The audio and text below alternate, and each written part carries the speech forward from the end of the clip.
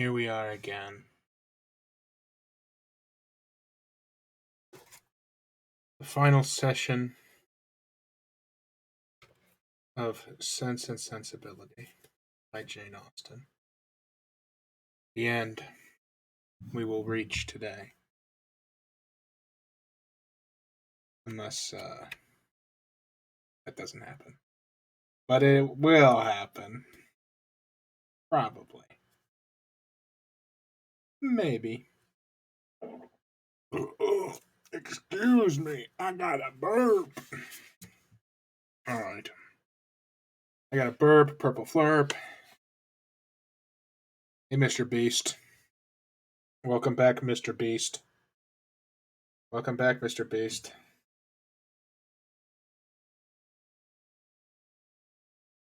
Hey, Mr. Beast. The stream video for this session will be AI generated. It's not really me. Look, I can stick my finger right through my own face.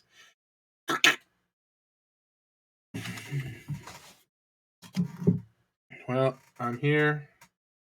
I got a loon on this mug. It used to say the location that I bought it in.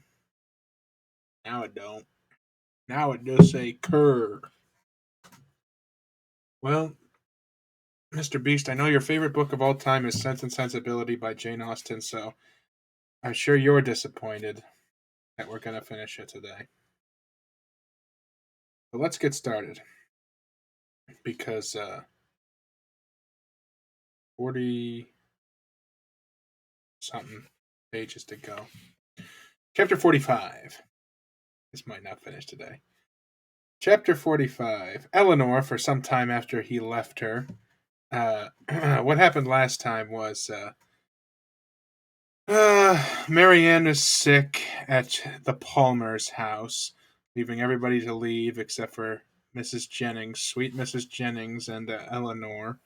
When Willoughby shows up to explain himself. And he explains that he doesn't love the woman he married, and he did love Marianne, but he was poor and in debt, and so was unable to marry Marianne. And also he said, "Oh, it wasn't just me," when he referring to Colonel Brandon's sister. It wasn't just me. She was hitting on me. It wasn't my fault that I got her pregnant. Which is true, I guess. If he didn't rape her, well, probably whatever. Chapter 45. Eleanor, for some time after he left her, he being Willoughby, for some time, even after the sound of his carriage had died away, remained too much oppressed by a crowd of ideas widely differing in themselves, but of which sadness was the general result, to think even of her sister. Willoughby, he whom only half an hour ago she had abhorred as the most worthless of men, Willoughby, in spite of all his faults, excited a degree of commiseration for the sufferings produced by them, which made her think of him as now separated forever from her family with a tenderness, a regret, rather in proportion, as she soon acknowledged within herself, to his wishes than to his merits. She felt that his influence over her mind was heightened by circumstances which ought not in reason to have weight, by that person of uncommon attraction, that open, affectionate, and lively manner which it was no merit to possess, and by that still ardent love for Marianne, which it was not even innocent to indulge. But she felt that it was so long before she could feel his influence less. When at last she returned to the unconscious Marianne, she found her just awaking, refreshed by so long and sweet a sleep to the extent of her hopes. Eleanor's heart was full. The past, the present, the future, Willoughby's visit, Marianne's safety, and her mother's expected arrival, threw her altogether into an agitation of spirits, which kept off every indication of fatigue, and made her only fearful of betraying herself to her sister. Short was the time, however, in which that fear could affect her, for within half an hour after Willoughby's leaving the house, she was again called downstairs by the sound of another carriage. Eager to save her mother from every unnecessary moment's horrible suspense, she ran immediately into the hall and reached the outward door just in time to receive and support her as she entered it. Mrs. Dashwood, whose terror, as they drew near the house, had produced almost the conviction of Marianne's being no more, had no voice to inquire after her, no voice even for Eleanor, but she, waiting neither for salutation nor inquiry, instantly gave the joyful relief, and her mother, catching it with all her usual warmth, was in a moment as much overcome by her happiness as she had been before by her fears. She was supported into the drawing room between her daughter and her friend, and there, shedding tears of joy, though still unable to speak, embraced Eleanor again and again, turning from her at intervals to press Colonel Brandon's hand with a look which spoke at once her gratitude and her conviction of his sharing with herself in the bliss of the moment. He shared it, however, in a silence even greater than her own. As soon as Mrs. Dashwood had recovered herself, to see Marianne was her first desire, and in 2 minutes she was with her beloved child, rendered dearer to her than ever by absence, unhappiness, and danger. Eleanor's delight, as she saw what each felt in the meeting, was only checked by an apprehension of its robbing Marianne of further sleep. But Mrs. Dashwood could be calm, could be even prudent, when the life of a child was at stake. And Marianne, satisfied in knowing her mother was near her, and conscious of being too weak for conversation, submitted readily to the silence and quiet prescribed by every nurse around her. Mrs. Dashwood would sit up with her all night, and Eleanor, in compliance with her mother's entreaty, went to bed. But the rest, which one night entirely sleepless and many hours of the most wearing anxiety seemed to make requisite, was kept off by irritation of spirits. Willoughby, poor Willoughby, as she now allowed herself to call him, was constantly in her thoughts.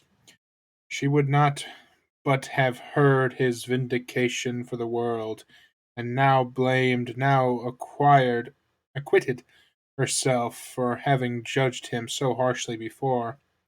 But her promise of relating it to her sister was invariably painful. She dreaded the performance of it, dreaded what its effect on Marianne might be, doubted whether after such an explanation she could ever be happy with another, and for a moment wished Willoughby a widower.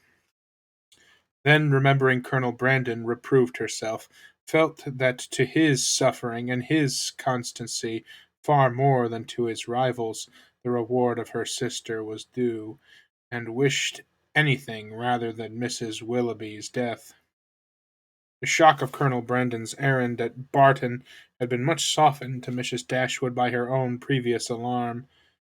For so great was her uneasiness about Marianne that she had already determined to set out for Cleveland on that very day, without waiting for any further intelligence, and had so far settled her journey before his arrival that the Careys were then expected every moment to fetch Margaret away, as her mother was unwilling to take her where there might be infection.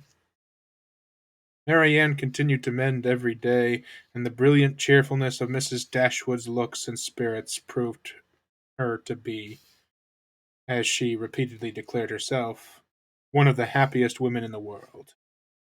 Eleanor could not hear the declaration nor witness its proofs without sometimes wondering whether her mother ever recollected Edward. But Mrs. Dashwood, trusting to the temperate account of her own disappointment which Eleanor had sent her, was led away by the exuberance of her joy to think only of what would increase it. Marianne was restored to her from a danger in which, as she now began to feel, Her own mistaken judgment in encouraging the unfortunate attachment to Willoughby had contributed to place her, and in her recovery she had yet another source of joy unthought of by Eleanor. It was thus imparted to her as soon as any opportunity of private conference between them occurred. At last we are alone. My Eleanor, you do not yet know all my happiness. Colonel Brandon loves Marianne. He has told me so himself. Her daughter. Can't trust this woman's judgment on these things. Gotta remember that the real sense lies in Eleanor, not in her mother.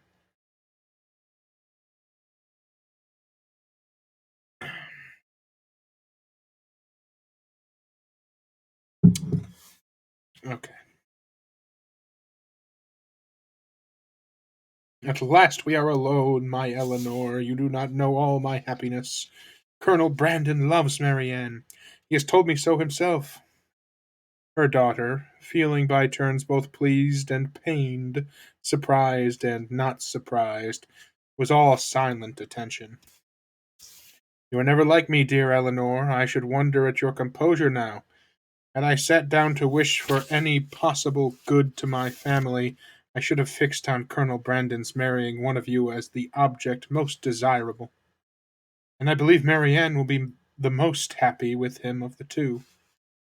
Eleanor was half inclined to ask her reason for thinking so, because satisfied that none found on the impartial consideration of their age, characters, or feelings could be given, but her mother must always be carried away by her imagination, or on any interesting subject, and therefore, instead of an inquiry, she passed it off with a smile. He opened his whole heart to me yesterday as we travelled. It came out quite unawares, quite undesignedly. I, you may well believe, could talk of nothing but my child. He could not conceal his distress. I saw that it equalled my own, and he, perhaps thinking that mere friendship, as the world now goes, would not justify so warm a sympathy, or rather not thinking at all, I suppose, giving way to irresistible feelings, made me acquainted with his earnest, tender, constant affection for Marianne. He has loved her, my Eleanor, ever since the first moment of seeing her. Here, however, Eleanor perceived not the language, not the professions of Colonel Brandon, but the natural embellishments of her mother's active fantasy, which fashioned everything delightful to her as it chose. Yeah, I agree, Eleanor. Eleanor's usually right, except for about Willoughby. His regard for her infinitely surpassing anything that Willoughby ever felt or feigned, as much more warm, as more sincere or constant, whichever we are to call it, has subsided through all the knowledge of dear Marianne's unhappy prepossession for that worthless young man. And without selfishness, without encouraging a hope, could he have seen her happy with another. Such a noble mind, such openness, such sincerity, no one can be deceived in him. Colonel Brandon's character, said Eleanor, as an excellent man, is well established. I know it is, replied her mother seriously, or after such a warning, I should be the last to encourage such affection, or even to be pleased by it. But his coming for me as he did, with such active, such ready friendship, is enough to prove him one of the worthiest of men. His character, however, answered Eleanor, does not rest on one act of kindness, to which his affection for Marianne, were humanity out of the case, would have prompted him. To Mrs. Jennings, to the Middletons, he has been long and intimately known. They equally love and respect him, and even my own knowledge of him, though lately acquired, is very considerable, and so highly do I value and esteem him that if Marianne can be happy with him, I shall be as ready as yourself to think our connection the greatest blessing to us in the world. What answer did you give him? Did you allow him to hope? Oh, I have to sneeze. Mute, mute.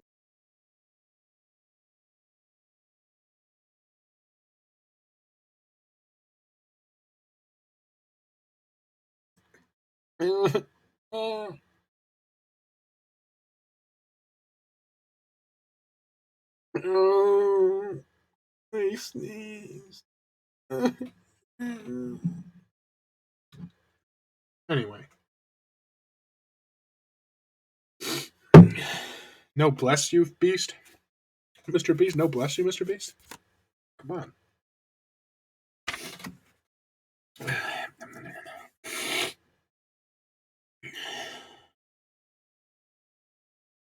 Oh, my love, I could not then talk of hope to him or to myself. Marianne might at that moment be dying, but he did not ask for hope or encouragement. His was an involuntary confidence, an irrepressible effusion to a soothing friend, not an application to a parent. Yet after a time I did say, for at first I was quite overcome, that if she lived as I trusted she might, my greatest happiness would lie in promoting their marriage. And since our arrival, since our delightful security, I have repeated it to him more fully, have given him every encouragement in my power. Time, a very little time, I tell him, will do everything. Marianne's heart is not to be wasted forever on such a man as Willoughby. His own merits must soon secure it. Thank you, Mr. Beast. To judge from the Colonel's spirits, however, you have not yet made him equally sanguine. No, he thinks Marianne's affection too deeply rooted for any change in it under a great length of time. And even supposing her heart again free, it is too diffident of himself to believe that with such a difference of age and disposition he could ever attach her.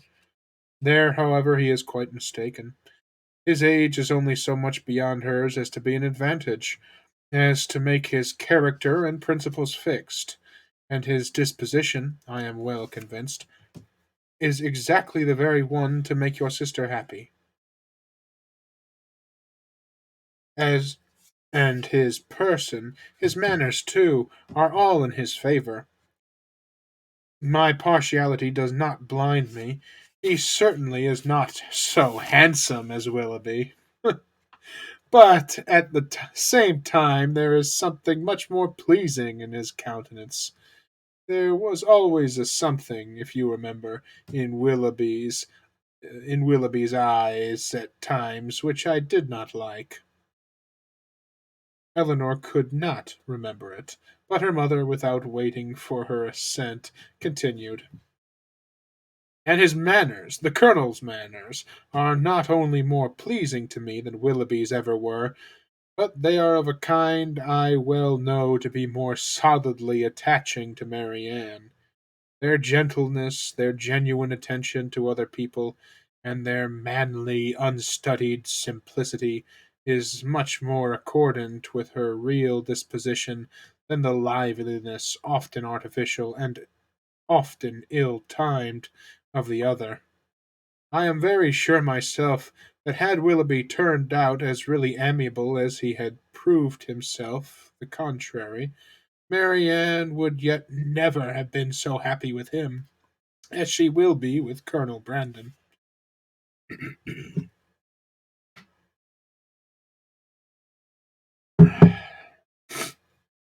She paused.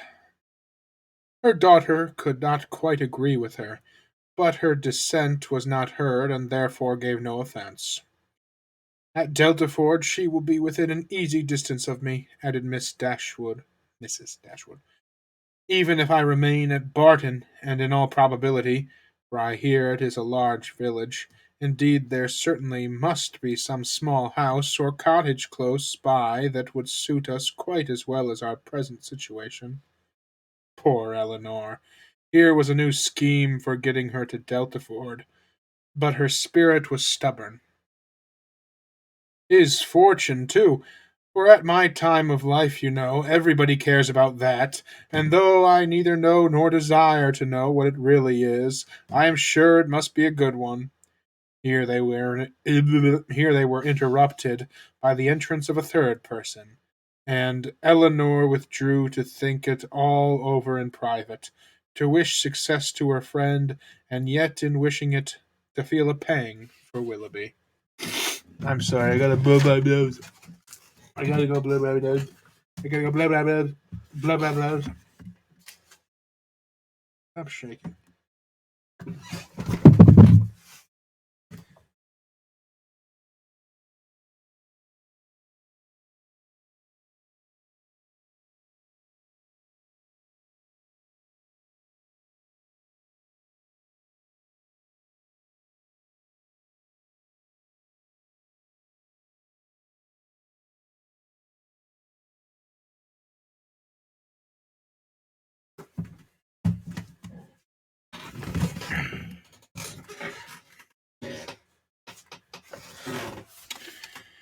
Chapter 46. I'm back.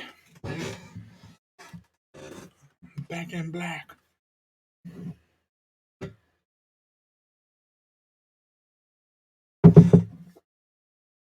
Ah. Chapter 46. Marianne's illness, though weakening in its kind, had not been long enough to make her recovery slow. And with youth, natural strength, and her mother's presence and aid, it proceeded so smoothly as to enable her to remove, within 4 days, after the arrival of the latter, into Mrs. Palmer's dressing room. When there, at her own particular request, for she was impatient to pour forth her thanks to him for fetching her mother, Colonel Brandon was invited to visit her.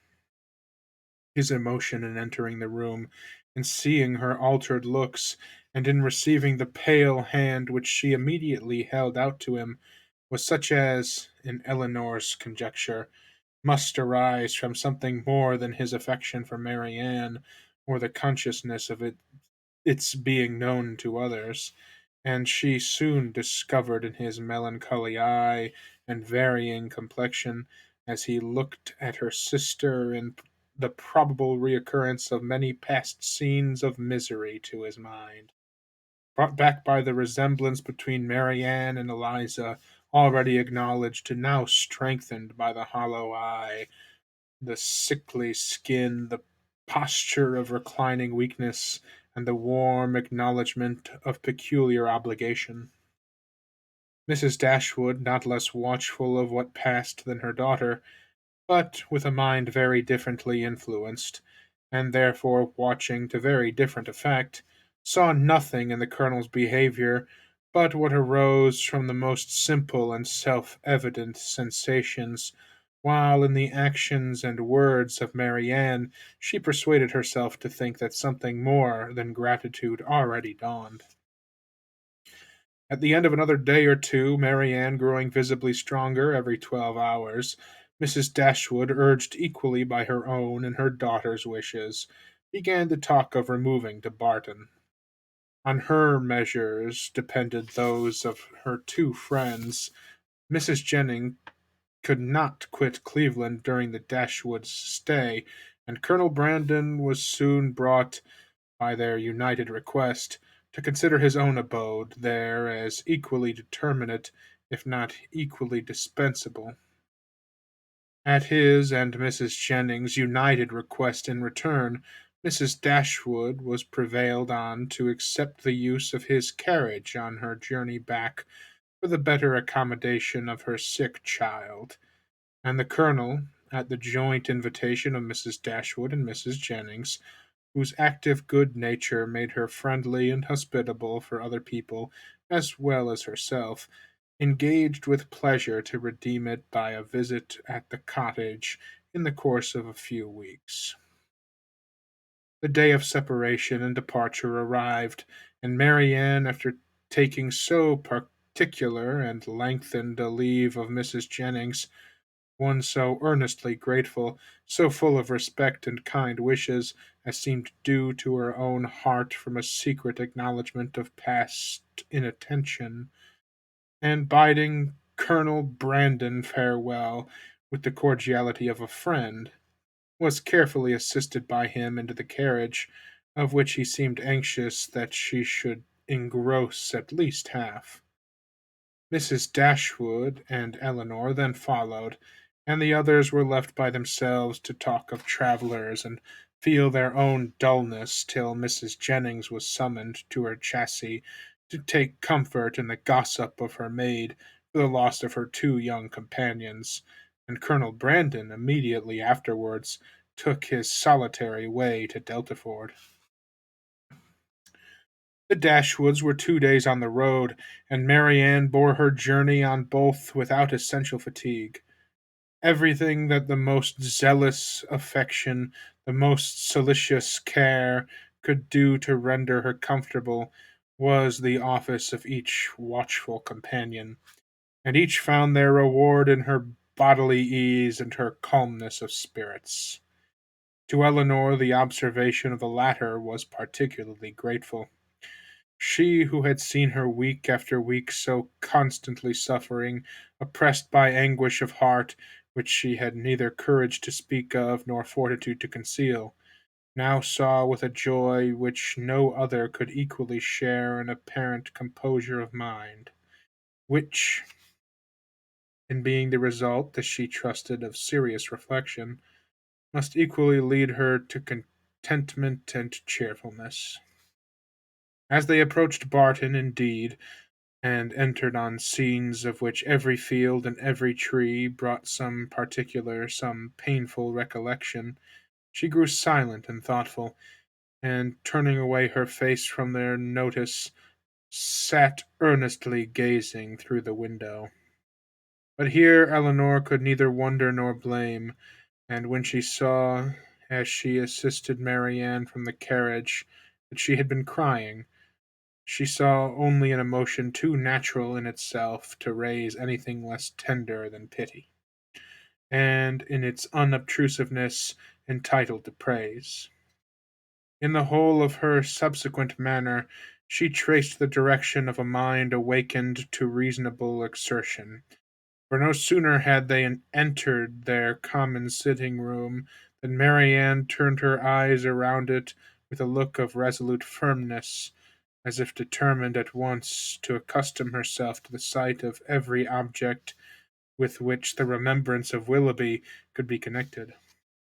She said little, but every sentence aimed at cheerfulness, and though a sigh sometimes escaped her, it never passed away without the atonement of a smile. After dinner she would try her pianoforte. She went to it, but the music on which her eye first rested was an opera procured for her by Willoughby, containing some of their favourite duets, and bearing on its outward leaf her own name in his handwriting. That would not do. She shook her head, put the music aside, and after running over the keys for a minute, complained of feebleness in her fingers, and closed the instrument again, declaring, however, with firmness as she did so, that she should in future practice much. The next morning produced no abatement in these happy symptoms. On the contrary, with a mind and body alike strengthened by rest, she looked and spoke with more genuine spirit, anticipating the pleasure of Margaret's return, and taking of the dear family part and talking of the dear family party which would then be restored, of their mutual pursuits and cheerful society as the only happiness worth a wish. When the weather is settled, and I have recovered my strength, said she, we will take long walks together every day. We will walk to the farm at the edge of the down and see how the children go on. We will walk to Sir John's new plantations at Barton Cross and the Abbeyland, and we will often go to the old ruins of the Priory and try to trace its foundations as far as we are told they once reached. I know we shall be happy. I know the summer will pass happily away. I mean never to be later in rising than 6, and from that time till dinner I shall divide every moment between music and reading. I have formed my plan, and am determined to enter on a course of serious study. Our own library is too well known to me to be resorted to for anything beyond mere amusement. But there are many works well worth reading at the park, and there are others of more modern production which I know I can borrow of Colonel Brandon. By reading only 6 hours a day, I shall gain in the course of a 12 month a great deal of instruction which I now feel myself to want.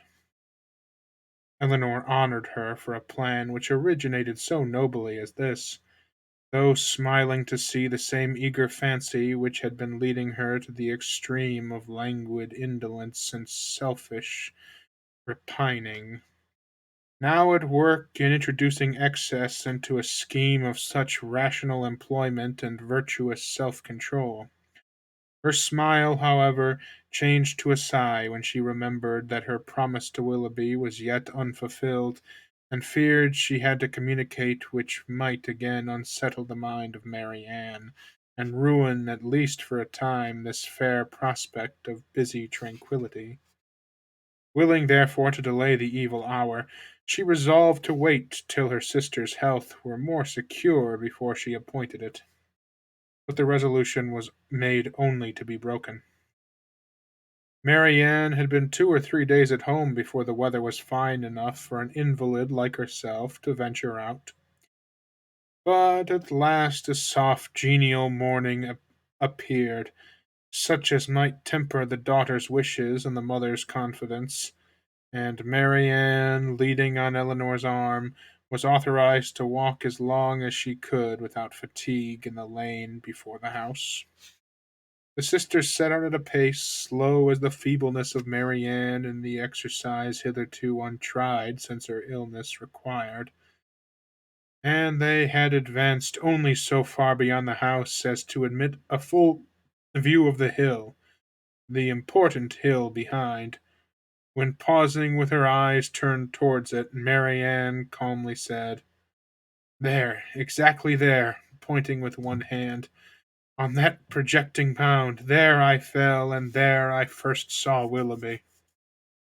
Her voice sank with the word. Very presently reviving, she added, "I am thankful to find that I can look with so little pain on the spot. Shall we ever talk on that subject, Eleanor?" Hesitatingly it was said. "Or will it be wrong? I can talk of it now, I hope, as I ought to do." Eleanor tenderly invited her to be open. "As for regret," said Mary Ann, "I have done with that as far as he is concerned. I do not mean to talk to you of what my feelings have been for him, but what they are now, at present. If I could be satisfied on one point, if I could be allowed to think that he was not always acting a part, not always deceiving me, but above all, if I could be assured that he never was so very wicked as my fears have sometimes fancied him since the story of that unfortunate girl—" She stopped. Eleanor joyfully treasured her words as she answered, "If you could be assured of that, you think you should be easy?" "Yes, my peace of mind is doubly involved in that, for not only is it horrible to suspect a person who has been what he has been to me of such designs, but what must it make me appear to myself? What, in a situation like mine, but a most shamefully unguarded affection, could expose me to—" "How then," asked her sister, "would you account for his behavior?" "I would suppose him— oh, how gladly would I suppose him only fickle, very, very fickle." Eleanor said no more. She was debating within herself on the eligibility of beginning her story directly or postponing it till Marianne were in stronger health, and they crept on for a few minutes in silence. "I am not wishing him too much good," said Marianne at last with a sigh, "when I wish his secret reflections may be no more unpleasant than my own. He will suffer enough in them." "Do you compare your conduct with his?" "No. I compare it with what it ought to have been. I compare it with yours. Our situations have borne little resemblance." "They have borne more than our conduct. Do not, my dearest Eleanor, let your kindness defend what I think your judgment must censure. My illness has made me think. It has given me leisure and calmness for serious reflection. Long before I was enough recovered to talk, I was perfectly able to reflect. I considered the past. I saw in my own behavior. Excuse me.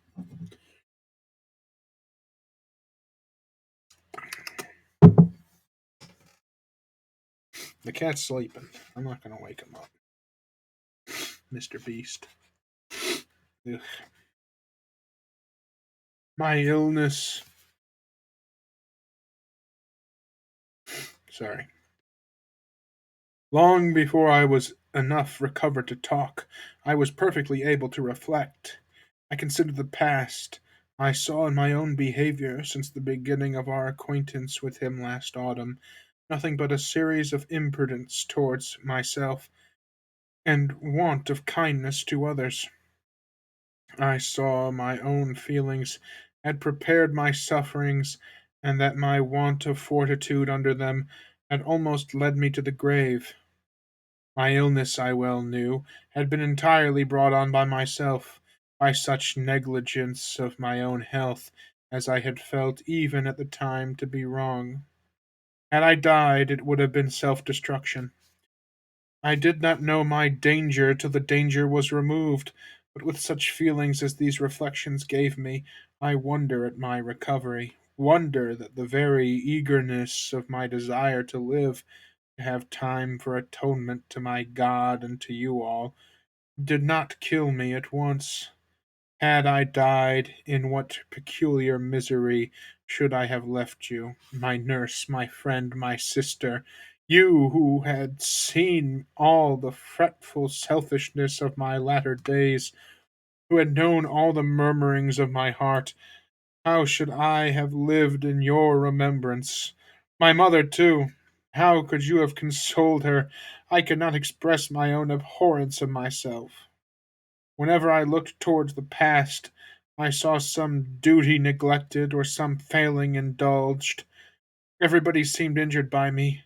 The kindness, the unceasing kindness of Mrs. Jennings, I had repaid with ungrateful contempt.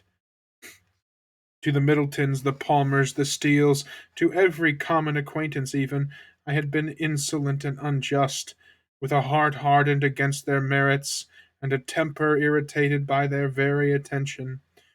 To John, to Fanny, yes, even to them, little as they deserve, I had given less than their due. But you above all, above my mother, had been wronged by me. I and only I knew your heart and its sorrows, yet to what did it influence me? Not to any compassion that could benefit you or myself. Your example was before me, but to what avail? Was I more considerate of you and your comfort? Did I imitate your forbearance or lessen your restraints by taking any part in these offices of general complaisance or particular gratitude which you had hitherto been left to discharge alone?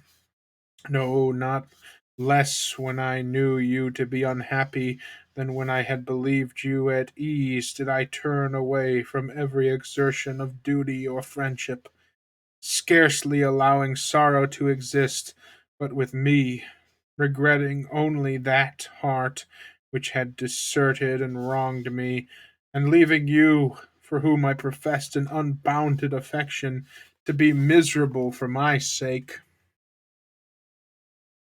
Here ceased the rapid flow of her self-reproving spirit, and Eleanor, impatient to soothe, though too honest to flatter, gave her instantly that praise to support which her frankness and her contrition so well deserved. Marianne pressed her hand and replied, "You are pressed her hand. Okay, so it's Marianne still. You are very good. The future must be my proof. I have laid down my palm. If I am capable of adhering to it, my feelings shall be governed and my temper improved. They shall no longer worry others, nor torture myself. I shall now live solely for my family. You, my mother, and Margaret must henceforth be all the world to me. You will share my affections entirely between you. From you, from my home, I shall never again have the smallest incitement to move, and if I do mix in other society, it will be only to show that my spirit is humbled, my heart amended, and that I can practice the civilities, the lesser duties of life, with the gentleness and forbearance. As for Willoughby, to say that I shall soon or that I shall ever forget him would be idle. His remembrance can be overcome by no change of circumstances or opinions, but it shall be regulated. It shall be checked by religion, by reason, by constant employment. She paused and added in a lower voice, "If I could but know his heart, everything would become easy." Eleanor, who had now been for some time reflecting on the propriety or impropriety of speedily hazarding her narration, without feeling at all nearer decision than at first, heard this, and perceiving that as reflection did nothing, resolution must do all, soon found herself leading to the fact. She managed the recital, as she hoped, with address, prepared her anxious listener with caution, related simply and honestly the chief points on which Willoughby grounded his apology, did justice to his repentance, and softened only his protestations of present regard. Marianne said not a word. She trembled. Her eyes were fixed on the ground, and her lips became whiter than even sickness had left them. A thousand inquiries sprang up from her heart, but she dared not urge one. She caught every syllable with panting eagerness. Her hand, unknowingly to herself, closely pressed her sister's, and tears covered her cheeks. Eleanor, dreading her being tired, led her towards home, until they reached the door of the cottage, easily conjecturing what her curiosity must be, though no question was suffered to speak it, talked of nothing but Willoughby and their conversation together, and was carefully minute in every particular of speech and look where minuteness could be safely indulged. As soon as they entered the house, Marianne, with a kiss of gratitude and those two words just articulate through her tears, "Tell mamma," withdrew from her sister and walked slowly upstairs. Eleanor would not attempt to disturb a solitude so reasonable as what she now sought, and with a mind anxiously prearranging its results, and a resolution of reviving the subject again, should Marianne fail to do it, she turned into the parlor to fulfill her parting injunction. End of 4-6. Oops.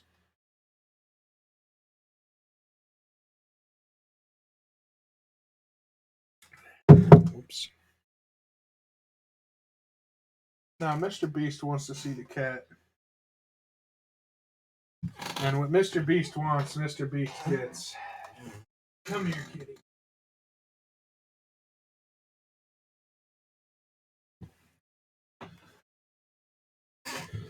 Hope you're watching right now, Mr. Beast. Ooh, he just kicked the He just kicked it. Uh oh.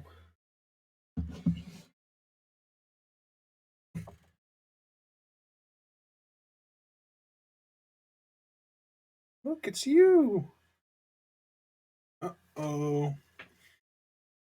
He kicked the screen, but that's okay. Mr. Beast, you've got what you deserved. Murray. He's not cute at all. He's evil. I like how it's just you and me, Mr. Beast. Um, it's only been 45 minutes. Um, so yeah, we're at page 300. We only have 40 pages. 40. Oh, not even 40. Not even close to 40. We only have oof, 30 pages left to go. Easily finishable by the 2 hour mark.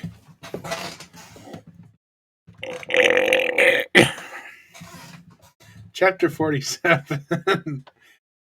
Mrs. Dashwood did not hear unmoved the vindication of her former favourite.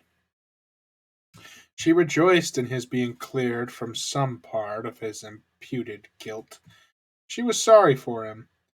She wished him happy. But the feelings of the past could not be recalled. Nothing could restore him with a faith unbroken, a character unblemished to Marianne. Nothing could do away the knowledge of what the latter had suffered through his means, nor remove the guilt of his conduct towards Eliza. Nothing could replace him, therefore, in her former esteem, nor injure the interests of Colonel Brandon.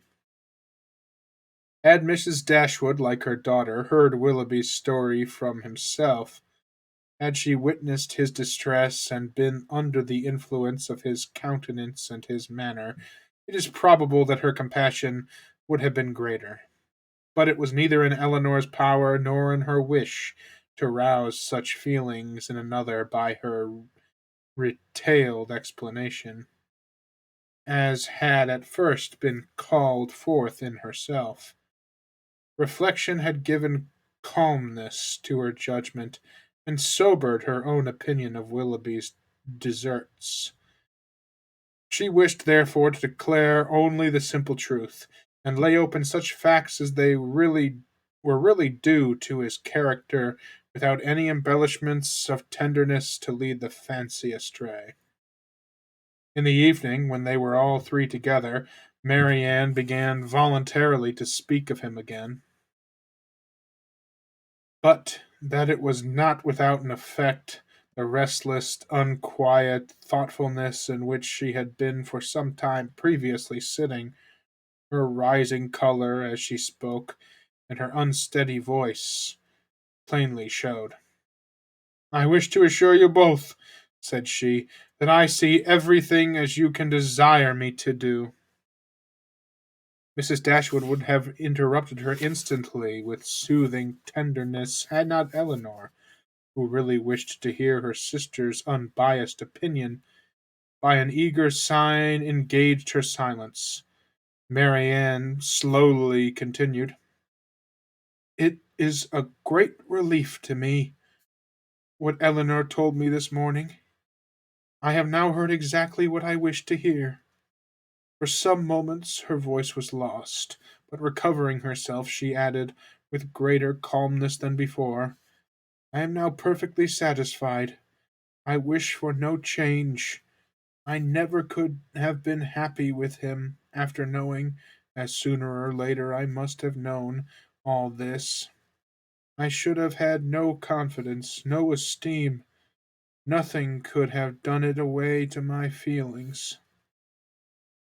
I know it," cried her mother, "happy with a man of libertine practices, with one who had so injured the peace of the dearest of our friends and the best of men.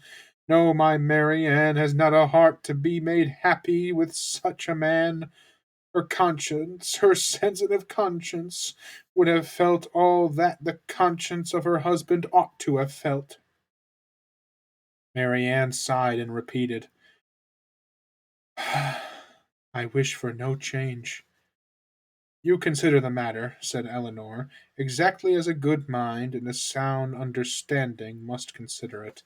And I dare say you perceive, as well as myself, not only in this, but in many other circumstances, reason enough to be convinced that your marriage must have involved you in many certain troubles and disappointments in which you would have been poorly supported by an affection on his side much less certain.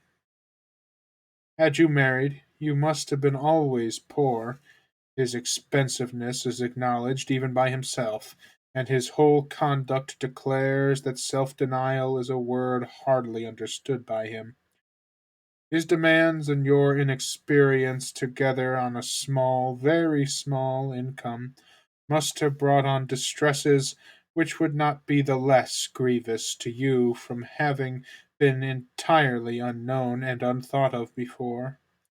Your sense of honor and honesty would have led you, I know, when aware of your situation, to attempt all the economy that would appear to you possible, and perhaps as long as your frugality retrenched only on your own comfort, you might have been sufficed to practice it. But beyond that, and how little could the utmost of your single managements do to stop that sorry, and how little could the utmost of your single management do to stop that ruin which had begun before your marriage? Beyond that, had you endeavored, however reasonably, to abridge his enjoyments, it is not to be feared that instead of prevailing on feelings so selfish to consent to it, you would have lessened your own influence on his heart and made him regret the connection which had involved him in such difficulties. Marianne's lips quivered, and she repeated the word selfish in a tone that implied, Do you really think him selfish? The whole of his behavior, replied Eleanor, from the beginning to the end of the affair, has been grounded on selfishness. It was selfishness which first made him sport with your affections, which afterward, when his own were engaged, made him delay the confession of it, and which finally carried him from Barton. His own enjoyment or his own ease was in every particular his ruling principle. It is very true. My happiness never was his object. At present, continued Eleanor, he regrets that he has what he has done. And why does he regret it? Beca- the cat's bothering me. Because he finds it has not answered towards himself. It has not made him happy. His circumstances are now unembarrassed. He suffers from no evil of that kind, and he thinks only that he has married a woman of less amiable temper than yourself. But does it thence follow that had he married you, he would have been happy? The inconveniences would have been different. He would have suffered under the punctionary distresses which, because they are removed, he now reckons are nothing. Pecuniary? I don't know what pecuniary. I'll look that up after. The pecuniary distresses. He would have had a wife of whose temper he could make no complaint, but he would have been always necessitous, always poor, and probably would soon have learned to rank the innumerable comforts of a clear estate and good income as of far more importance, even to domestic happiness, than the mere temper of a wife. I have not a doubt of it, said Marianne, and I have nothing to regret, nothing but my own folly. Rather say your mother's imprudence, my child, said Mrs. Dashwood. She must be answerable.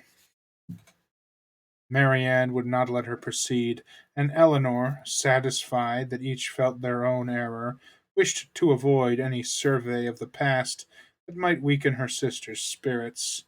She, therefore, pursuing the first subject, immediately continued.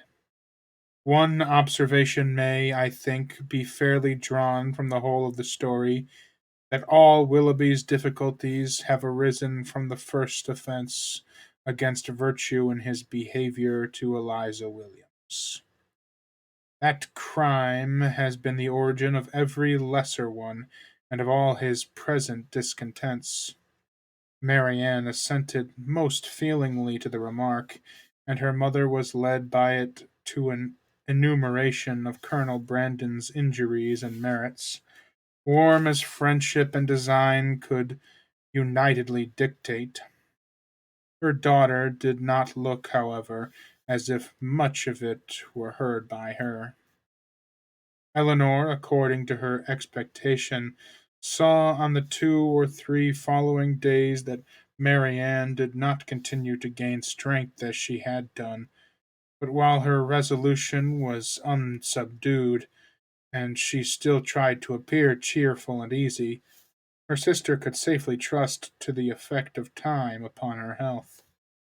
Margaret returned, and the family were again all restored to each other, again quietly settled at the cottage, as if not pursuing their usual studies, and if not pursuing their usual studies with quite so much vigor as when they first came to Barton, at least planning a vigorous prosecution of them in the future.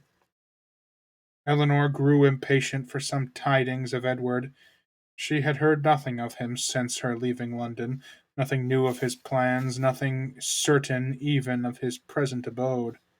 Some letters had passed between her and her brother in consequence of Marianne's illness, and in the first of John's there had been this sentence: "We know nothing of our unfortunate Edward, and can make no inquiries on so prohibited a subject, but conclude him to be still at Oxford," which was all the intelligence of Edward afforded by her the correspondence, for his name was not even mentioned in any of the succeeding letters.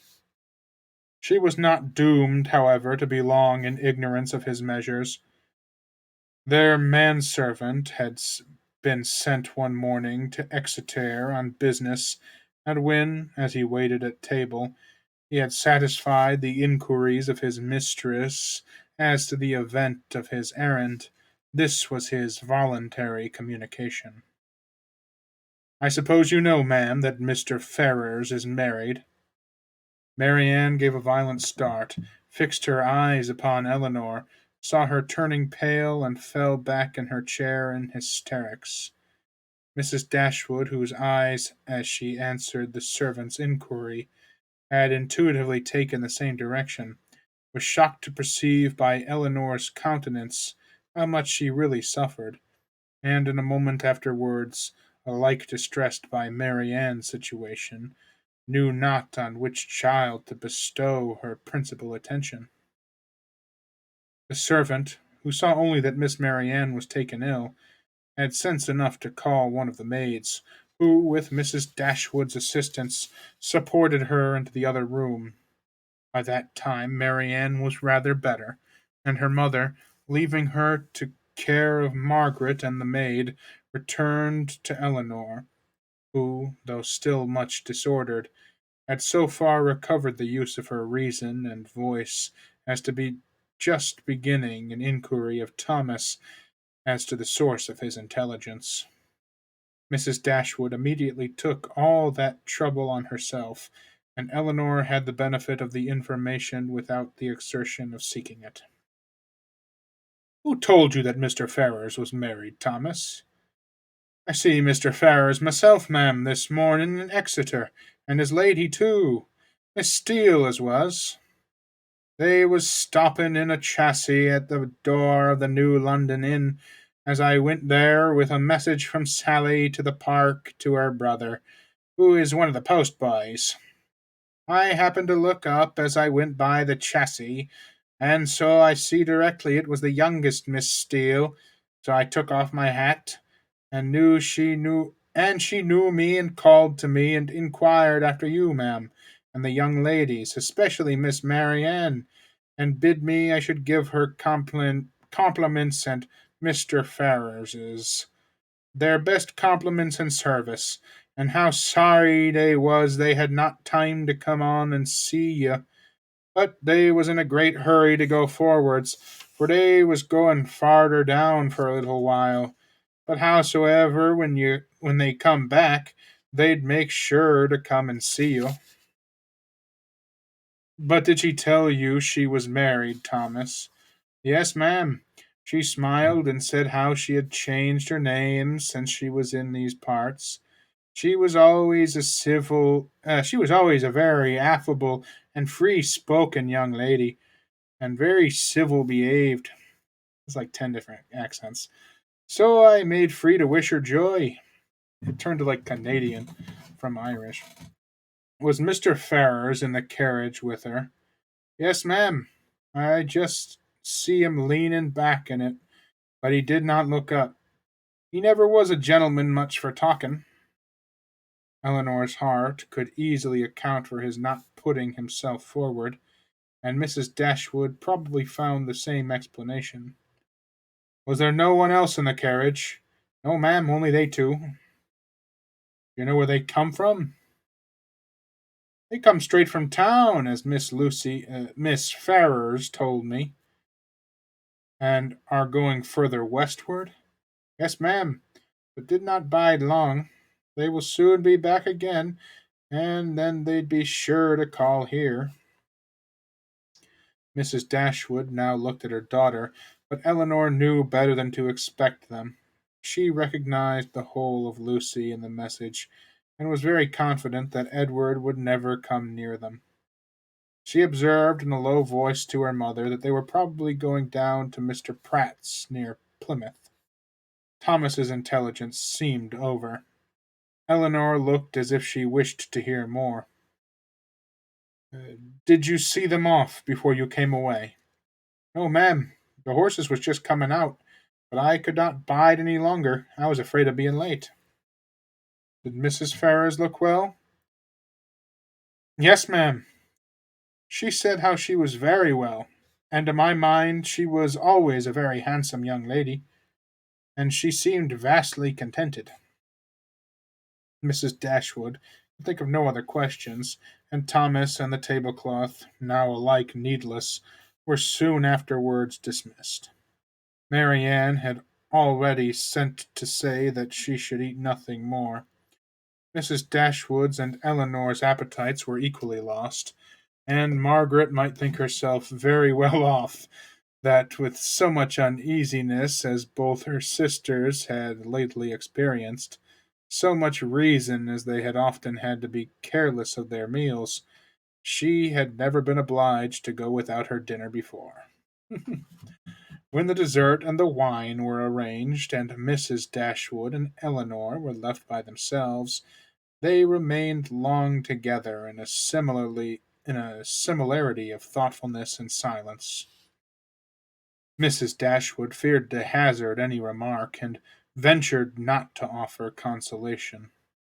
She now found that she had erred in relying on Eleanor's representation of herself, and justly concluded that everything had been expressly softened at the time to spare her from an increase of unhappiness. Suffering as she then had suffered for Marianne, she found that she had been misled by the considerate attention of her daughter, to think the attachment which one she had so well understood much slighter in reality than she had been wont to believe, or than it was now proved to be. She feared that under this persuasion she had been unjust, inattentive, nay, almost unkind to her Eleanor, that Marianne's affliction, because more acknowledged, more immediately before her, had too much engrossed her tenderness, and led her away to forget that in Eleanor she might have a daughter suffering almost as much, certainly with less self provocation and greater fortitude. End of 47. Chapter 48.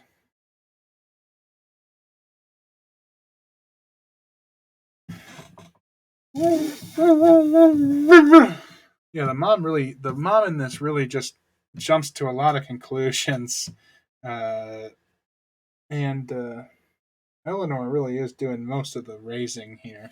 It seems she's got to do all the thinking for her mom. She's got to do all the talking to, all the nurturing.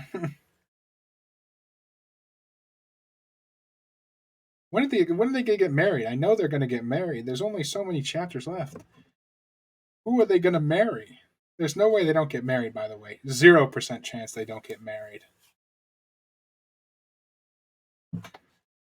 Chapter 48. Eleanor now found the difference between the expectation of an unpleasant event, however certain the mind may be told of to consider it, and certainty itself. She now found that in spite of herself she had always admitted a hope, while Edward remained single, that something would occur to prevent his marrying Lucy, that some resolution of his own, some mediation of friends, or some more eligible opportunity of establishment for the lady would arise to assist the happiness of all. But he was now married, and she condemned her heart for the lurking flattery which so much heightened the pain of the intelligence. That he should be married so soon before, as she imagined, he could be in orders, and consequently before he could be in possession of the living, surprised her a little at first, but she soon saw how likely it was that Lucy, in her self provident care, in her haste to secure him, should overlook everything but the risk of delay. They were married, married in town, and now hastening down to her uncle's. What had Edward felt on being within 4 miles of Barton, on seeing her mother's servant, on hearing Lucy's message? They would soon, she supposed, be settled at Deltaford. Deltaford, that place in which so much conspired to give her an interest, which she wished to be acquainted with, and yet desired to avoid.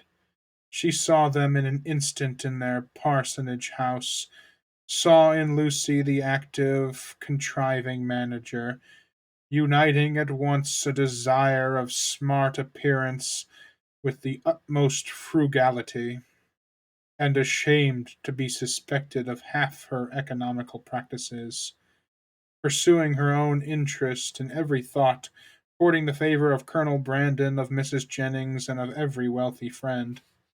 In Edward she knew not what she saw, nor what she wished to see. Happy or unhappy, nothing pleased her. She turned away her head from every sketch of him. Eleanor flattered herself that some one of their connections in London would write to them to announce the event and give further particulars, but day after day passed off and brought no letter, no tidings. Though uncertain that any one were to blame, she found fault with every absent friend. They were all thoughtless or indolent. "When do you write to Colonel Brandon, ma'am?" was an inquiry which sprung from the impatience of her mind to have something going on. "I wrote to him, my love, last week, and rather expect to see than to hear from him again. I earnestly pressed his coming to us, and should not be surprised to see him walk in to-day or to-morrow or any day." This was gaining something, something to look forward to. Colonel Brandon must have some information to give. Scarcely had she so determined it, when the figure of a man on horseback drew her eyes to the window. He stopped at their gate. It was a gentleman. It was Colonel Brandon himself.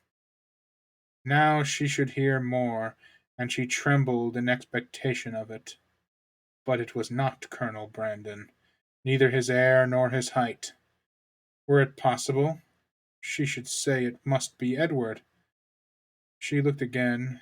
He had just dismounted. She could not be mistaken. It was Edward. She moved away and sat down. He comes from Mr. Pratt's purposefully to see us. I will be calm. I will be mistress of myself. In a moment she perceived that the others were likewise aware of the mistake. She saw her mother and Marianne change color, saw them look at herself and whisper a few sentences to each other.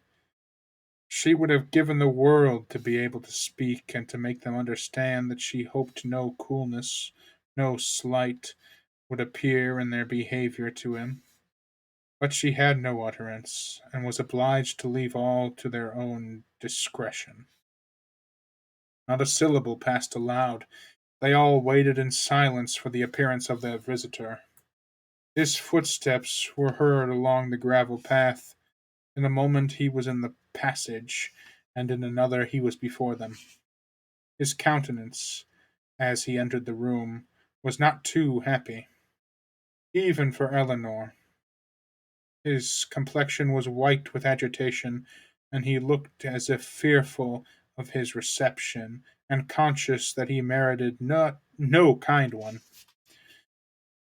Mrs. Dashwood, however, conforming, as she trusted, to the wishes of that daughter by whom she then meant in the warmth of her heart to be guided in everything, met him with a look of forced complacency, gave him her hand, and wished him joy. He colored and stammered out an unintelligible reply. Eleanor's lips had moved with her mother's, and when the moment of action was over, she wished that she might have had shaken hands with him too. But it was too late, and with a countenance meaning to be open, she sat down again and talked of the weather. Marianne had retreated as much as possible out of sight to conceal her distress, and Margaret, understanding some part, but not the whole of the case, thought it incumbent on her to be dignified, and therefore took a seat as far from him as she could, and maintained a strict silence. When Eleanor had ceased to rejoice in the dryness of the season, a very awful pause took place. It was put an end to by Mrs. Dashwood, who felt obliged to hope that he had left Mrs. Ferrars very well. In a hurried manner he replied in the affirmative. Affirmative. Another pause. Eleanor, resolving to exert herself, though fearing the sound of her own voice, now said, "Is Mrs. Ferrars at Longstaple?"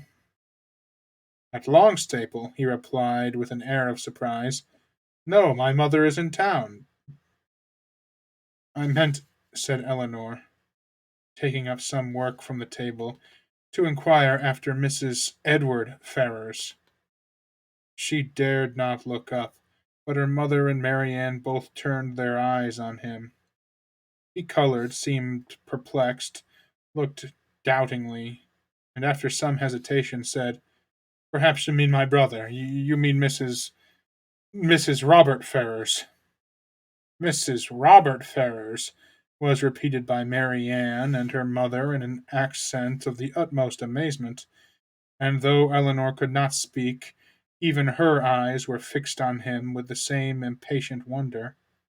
He rose from the seat and walked to the window, apparently from not knowing what to do, took up a pair of scissors that lay there, and while spoiling both them and their sheath by cutting the latter to pieces as he spoke, said in a hurried voice, "Perhaps you do not know. You may not have heard that my brother is lately married to the youngest, to Miss Lucy Steele." "Is what?"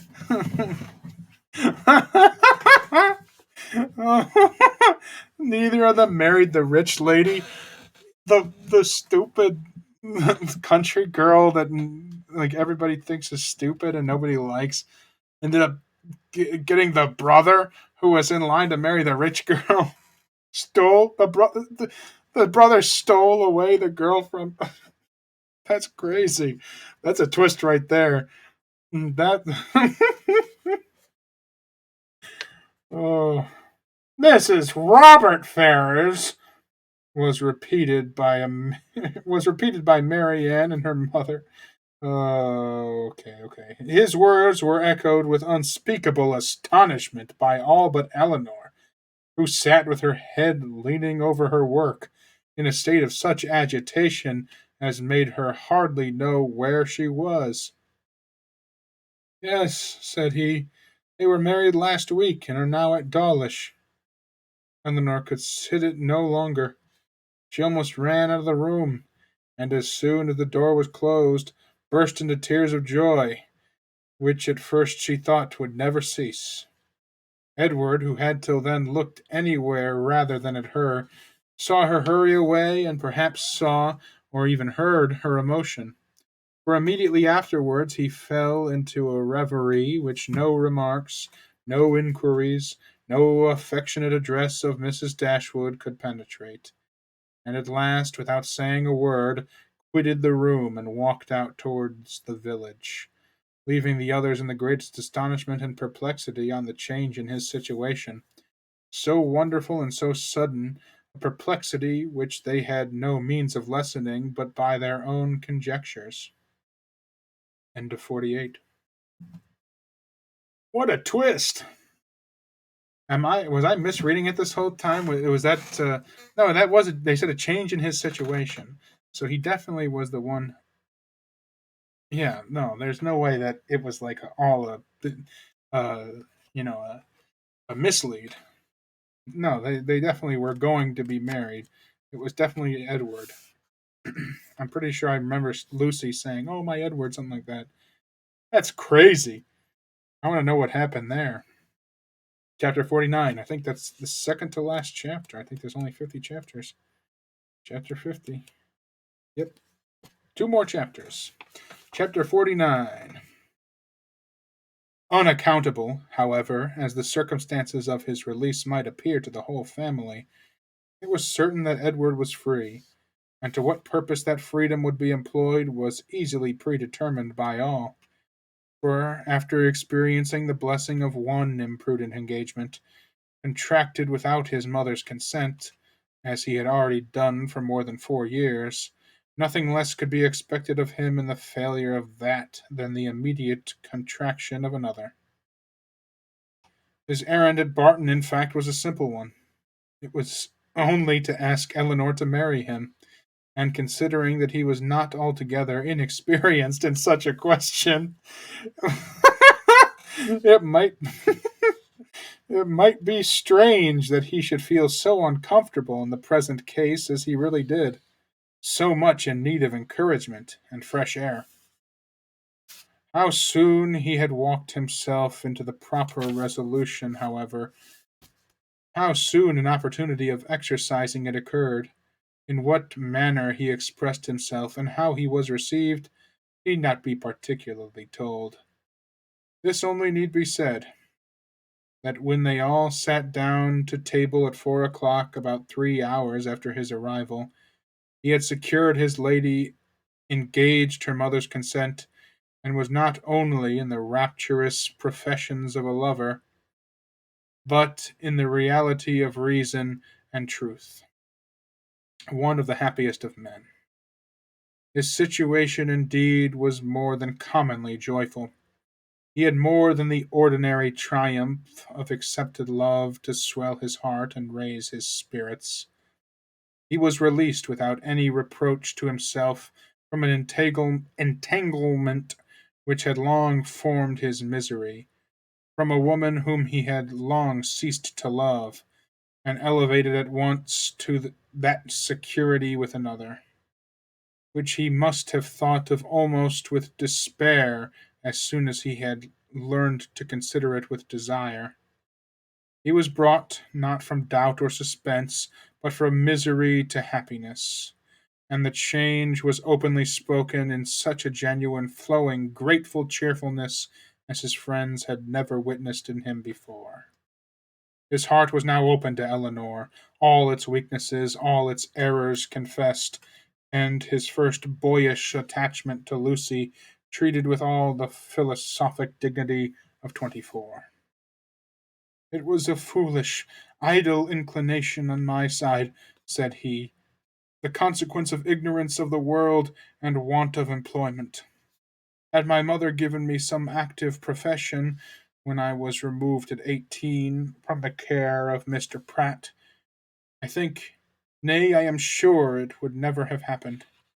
For though I left Longstaple with what I thought at the time a most unconquerable preference for his niece, yet had I then had any pursuit, any object to engage my time and keep me at a distance from her for a few months, I should very soon have outgrown the fancied attachment, especially by mixing more with the world, as in such a case I must have done. But instead of having anything to do, instead of having any profession chosen for me, or being allowed to choose any myself, I returned home to be completely idle. And for the first 12 months afterwards, I had even I had not even the nominal employment which belonging to the university would have given me. For I was not entered at Oxford till I was 19. I had therefore nothing in the world to do but to fancy myself in love. And as my mother did not make my home in every respect comfortable, as I had no friend, no companion in my brother, and disliked new acquaintance, it was not unnatural for me to be very often at Longstaple, where I always felt myself at home and was always sure of a welcome. And accordingly I spent the greatest part of my time there from 18 to 19. Lucy appeared everything that was amiable and obliging. She was pretty, too, at least I thought so then, and I had seen so little of other women that I could make no comparisons and see no defects. Considering everything, therefore, I hope, foolish as our engagement was, foolish as it has since in every way been proved, was not at the time an unnatural or an inexcusable piece of folly. The change which a few hours had wrought in the minds and the happiness of the Dashwoods was so oh, the change which a few hours had wrought in the minds and the happiness of the Dashwoods was so great, as promised them all the satisfaction of a sleepless night. Mrs. Dashwood, too happy to be comfortable, knew not how to love Edward, nor praise Eleanor enough, how to be enough thankful for his release without wounding his delicacy, nor how at once to give them leisure for unrestrained conversation together, and yet enjoy, as she wished, the sight and society of both. Marianne could speak her happiness only by tears. Comparisons would occur, regrets would arise, and her joy, though sincere as her love for her sister, was of a kind to give her neither spirits nor language. But Eleanor, how are her feelings to be described? From the moment of learning that Lucy was married to another, that Edward was free, the moment of his justifying the hopes which had so instantly followed, she was everything by turns but tranquil. But when the second moment had passed, when she found every doubt, every solicitude removed, compared her situation with what so lately it had been, saw him honorably released from his former engagement, saw him instantly profiting by the release to address herself and declare an affection as tender, as constant as she had ever supposed it to be, she was oppressed.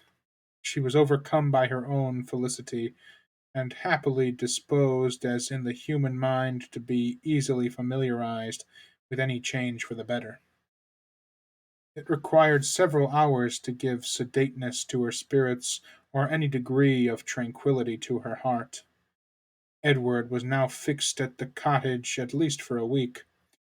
For whatever other claims might be made on him, it was impossible that less than a week should be given up to the enjoyment of Eleanor's company, or suffice to say, half that was to be said of the past, the present, and the future. For though a very few hours spent in the hard labor of incessant talking will dispatch more subjects than can really be in common between any two rational creatures, yet with lovers it is different. Between them no subject is finished, no communication is even made, till it has been made at least 20 times over. Lucy's marriage, the unceasing and reasonable wondering among them all, formed, of course, one of the earliest discussions of the lovers, and Eleanor's particular knowledge of each party made it appear to her in every view as one of the most extraordinary and unaccountable circumstances she had ever heard. How they could be thrown together, and by what attraction Robert could be drawn on to marry a girl of whose beauty she had herself heard him speak without any admiration, a girl, too, already engaged to his brother, and on whose account that brother had been thrown off by his family, was beyond her comprehension to make out. To her own heart it was a delightful affair, to her imagination it was even a ridiculous one, but to her reason, her judgment, it was completely a puzzle. Edward could only attempt an explanation by supposing that perhaps at first accidentally meeting, the vanity of one had been so worked on by the flattery of the other as to lead by degrees to all the rest. Eleanor remembered what Robert had told her in Harley Street of his opinion of what his own meditation in his brother's affairs might have done if applied to it in time. She repeated it to Edward. That was exactly like Robert, was his immediate observation, and that, he presently added, might perhaps be in his head when the acquaintance between them first began. And Lucy, perhaps at first, might think only of procuring his good offices in my favour. Other designs might afterwards arise. How long it had been carrying on, how long it had been carrying on between them, however, he was equally at a loss with herself to make out.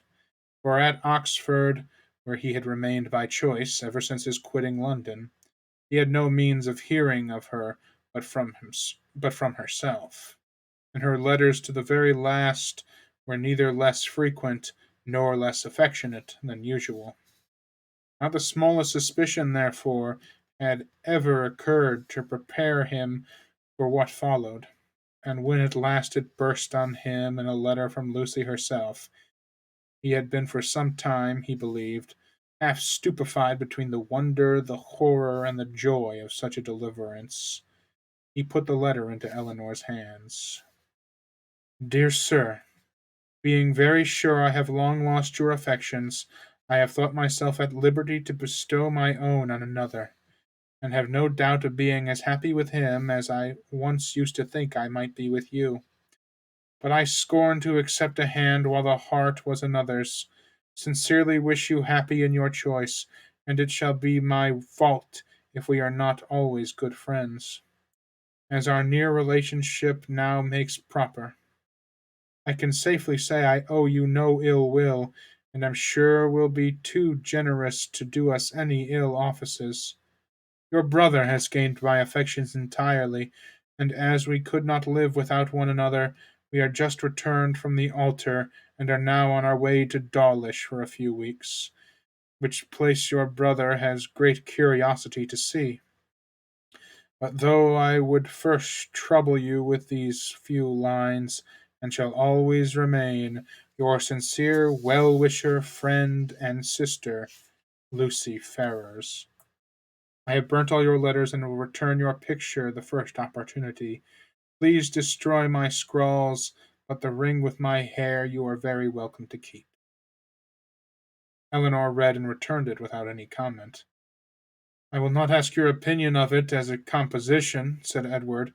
For worlds would not I have had a letter of hers seen by you in former days. In a sister it is bad enough, but in a wife, how I have blushed over the pages of her writing, and I believe I may say that since the first half year of our foolish business This is the only letter I ever received from her which the substance made me any amends for the defect of the style. However, it may have come about. Oh. However, it may have come about, said Eleanor after a pause. They are certainly married, and your mother has brought on herself a most appropriate punishment.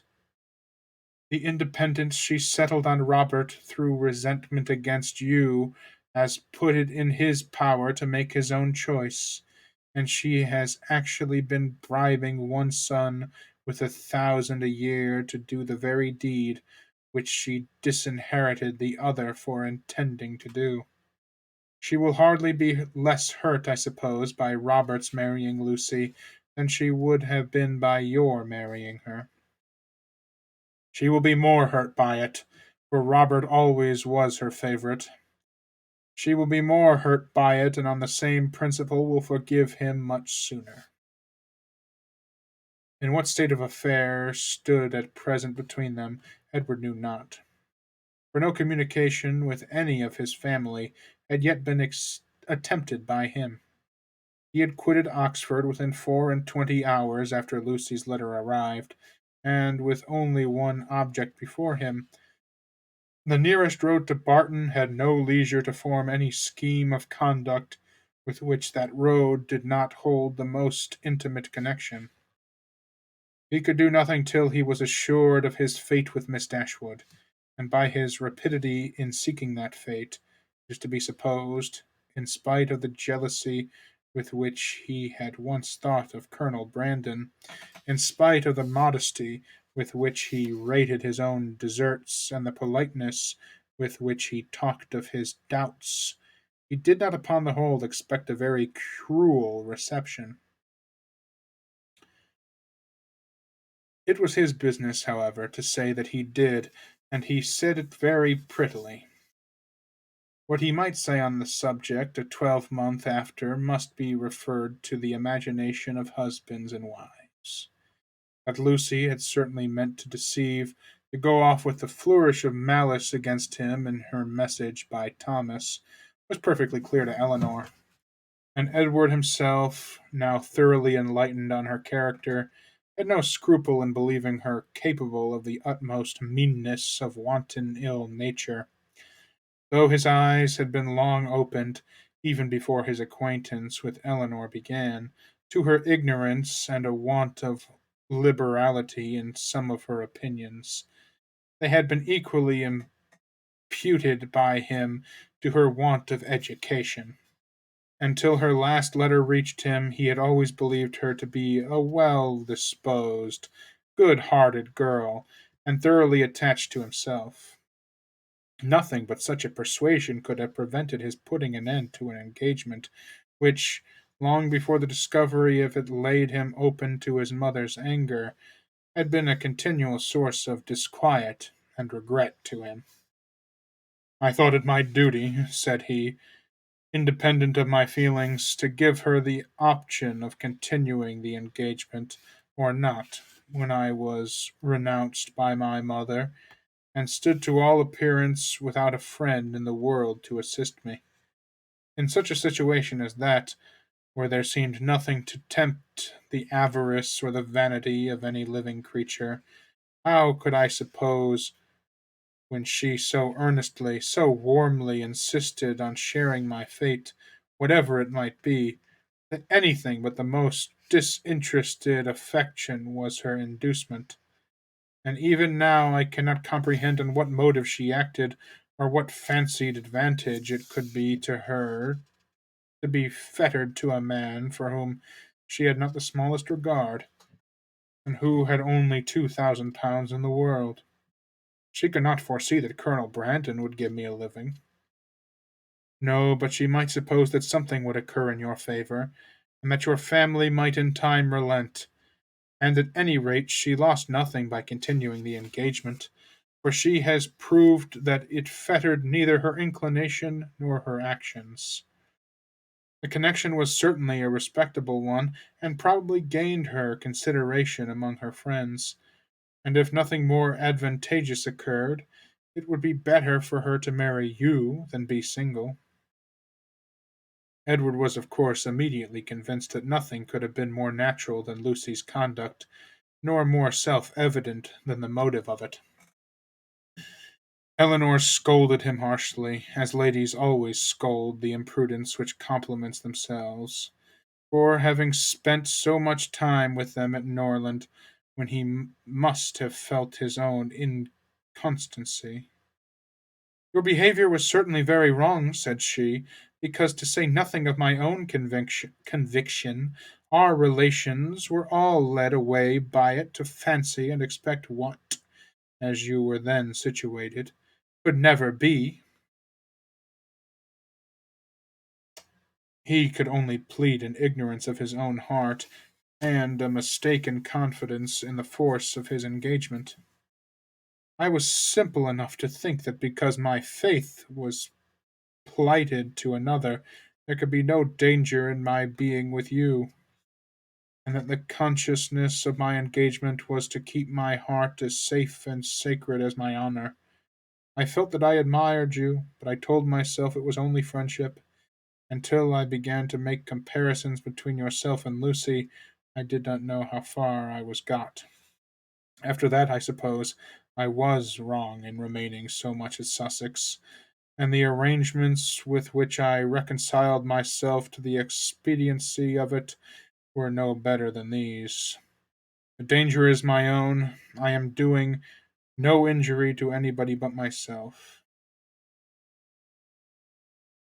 Eleanor smiled and shook her head.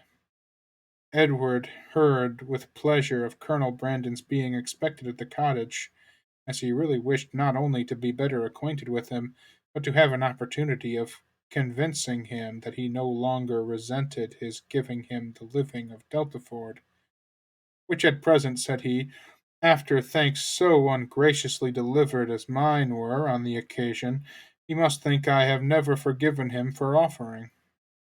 Now he felt astonished himself that he had never yet been to the place, but so little interest had he taken in the matter that he owed all his knowledge of the garden, of the house, garden, and glebe, glebe. I have to look up that word too.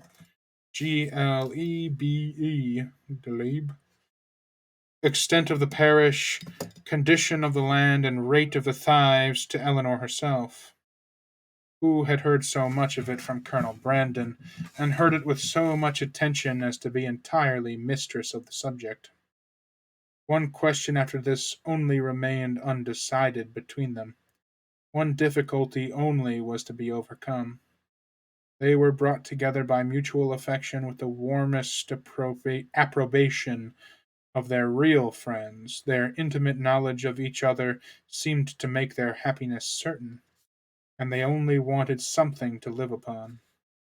Edward had £2,000 and Eleanor one, which, with Deltaford living, was all they could call their own, for it was impossible that Mrs. Dashwood should advance anything, and they were neither of them quite enough in love to think that £350 a year would supply them with the comforts of life.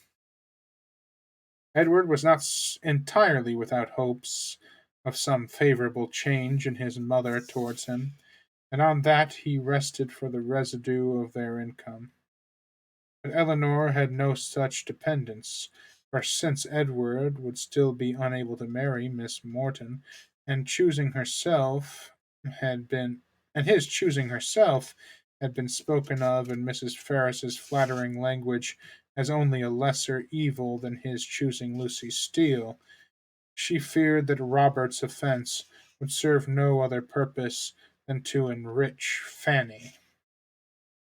About 4 days after Edward's arrival, Colonel Brandon appeared, to complete Mrs. Dashwood's satisfaction, and to give her the dignity of having for the first time since her living at Barton more company with her than her house would hold. Edward was allowed to retain the privilege of first comer, and Colonel Brandon therefore walked every night to his old quarters at the park, from whence he usually returned in the morning early enough to interrupt the lovers' first tete-a-tete before breakfast. 3 weeks' residence at Deltaford where, in his evening hours at least, he had little ado but to calculate the disprobation between 36 and 17, brought him to Barton in a temper of mind which needed all the improvement in Mary Ann's looks, and all the kindness of her welcome, and all the encouragement of her mother's language, to make it cheerful. Among such friends, however, and such flattery, he did revive. No rumour of Lucy's marriage had yet reached him. He knew nothing of what had passed, and the first hours of his visit were consequently spent in hearing and in wondering. Everything was explained to him by Mrs. Dashwood, and he found fresh reason to rejoice in what he had done for Mr. Ferrars, since eventually it promoted the interest of Eleanor.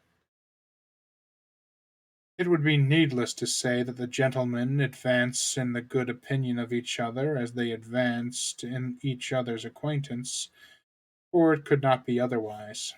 Their resemblance in good principles and good sense, in disposition and manner of thinking, would probably have been sufficient to unite them in friendship without any other attraction. But their being in love with two sisters fond of each other, made that mutual regard inevitable and immediate, which might otherwise have waited the effect of time and judgment. The letters from town, which a few days before would have made every nerve in Eleanor's body thrill with transport, now arrived to be read with less emotion than mirth. Mrs. Jennings wrote to tell the wonderful tale, to vent her honest indignation against that jitling girl, and pour forth her compassion towards poor Mr. Edward, who, she was sure, had quite doted upon the worthless hussy. That's her relative, come on. And was now, by all accounts, almost broken-hearted at Oxford. I do think, she continued, nothing was ever carried on so sly, for it was but 2 days before Lucy called and sat a couple of hours with me.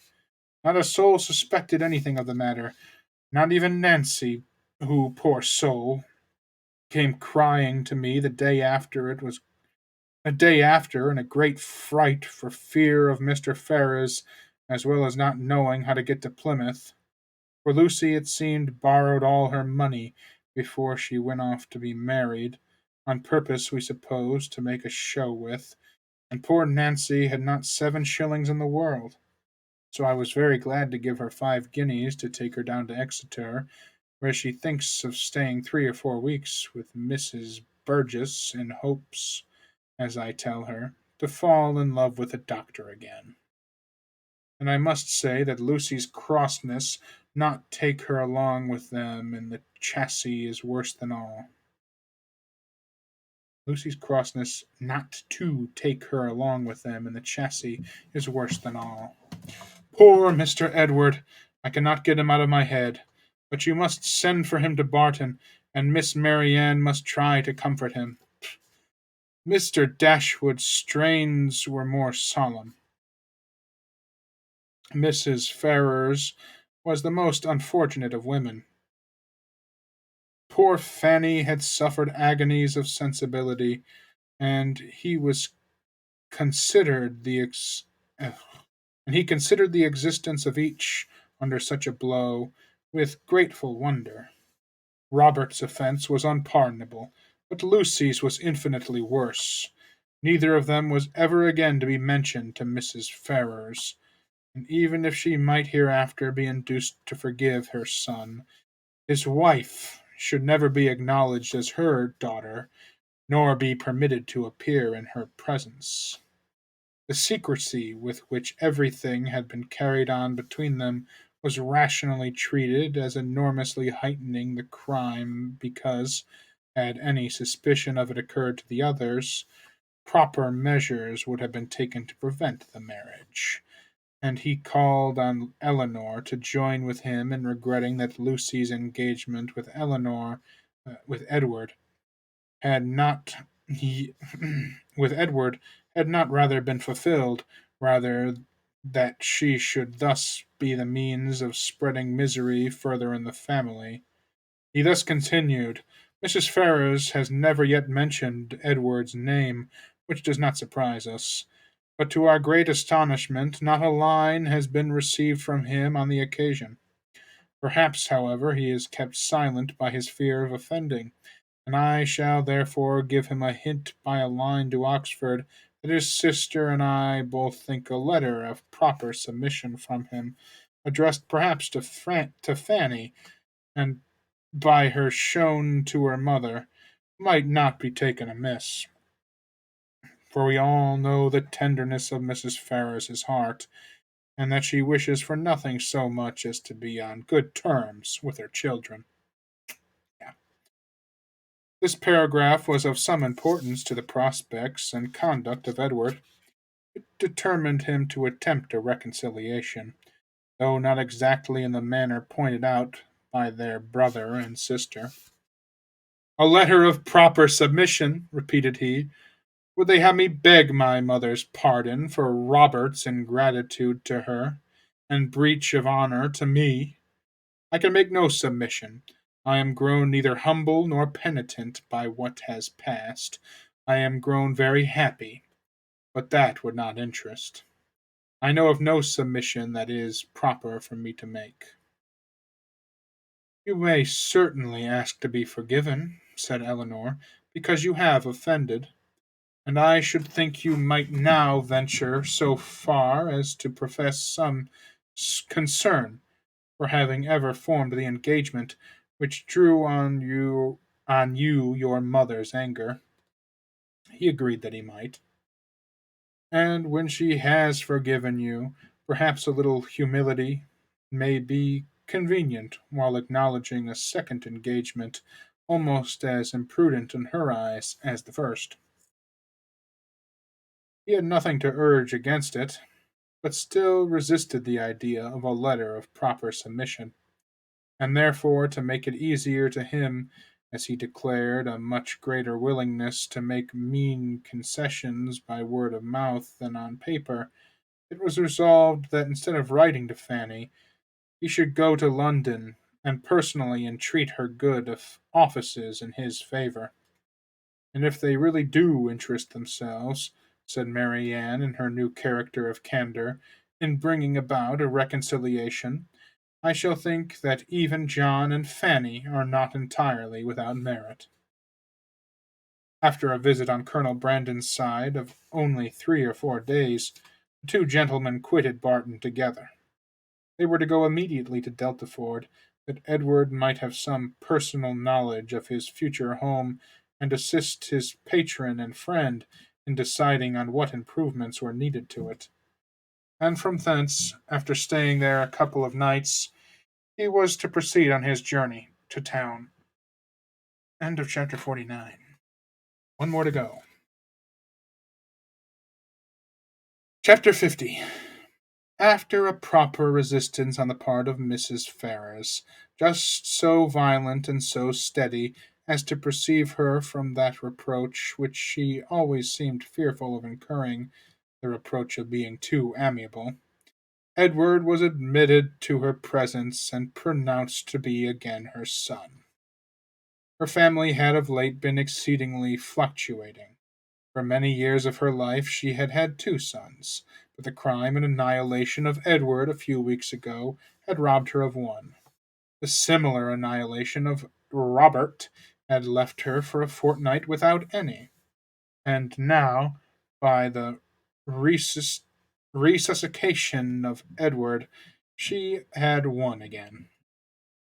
In spite of his being allowed to once more to live, however, he did not feel the continuance of his existence secure till he had revealed his present engagement, for the publication of that circumstance, he feared, might give a sudden turn to his constitution, and carry him off as rapidly as before. With apprehensive caution, therefore, it was revealed, and he was listened to with unexpected calmness. Mrs. Ferrars at first reasonably endeavoured to dissuade him from marrying Miss Dashwood by every argument in her power, told him that in Miss Morton he would have a woman of higher rank and larger fortune, and enforced the assertion by observing that Miss Morton was the daughter of a nobleman with £30,000, while Miss Dashwood was only the daughter of a private gentleman with no more than three. But when she found that, though perfectly admitting the truth of her representation, he was by no means inclined to be guided by it, she judged it wisest from the experience of the past to submit, and therefore, after such an ungracious delay as she owed to her own dignity, and as served to prevent every suspicion of good will, she issued her decree of consent to the marriage of Edward and Eleanor. What she would engage to do towards augmenting their income was next to be considered, and here it plainly appeared that though Edward was now her only son, he was by no means her eldest, for while Robert was inevitably endowed with £1,000 a year, not the smallest objection was made against Edward's taking orders for the sake of 250 at the utmost, nor was anything promised either for the present or in future beyond the £10,000 which had been given with Fanny. It was as much, however, as was desired, and more than was expected by Edward and Eleanor, and Mrs. Ferrars herself, by her shuffling excuses, seemed the only person surprised at her not giving more.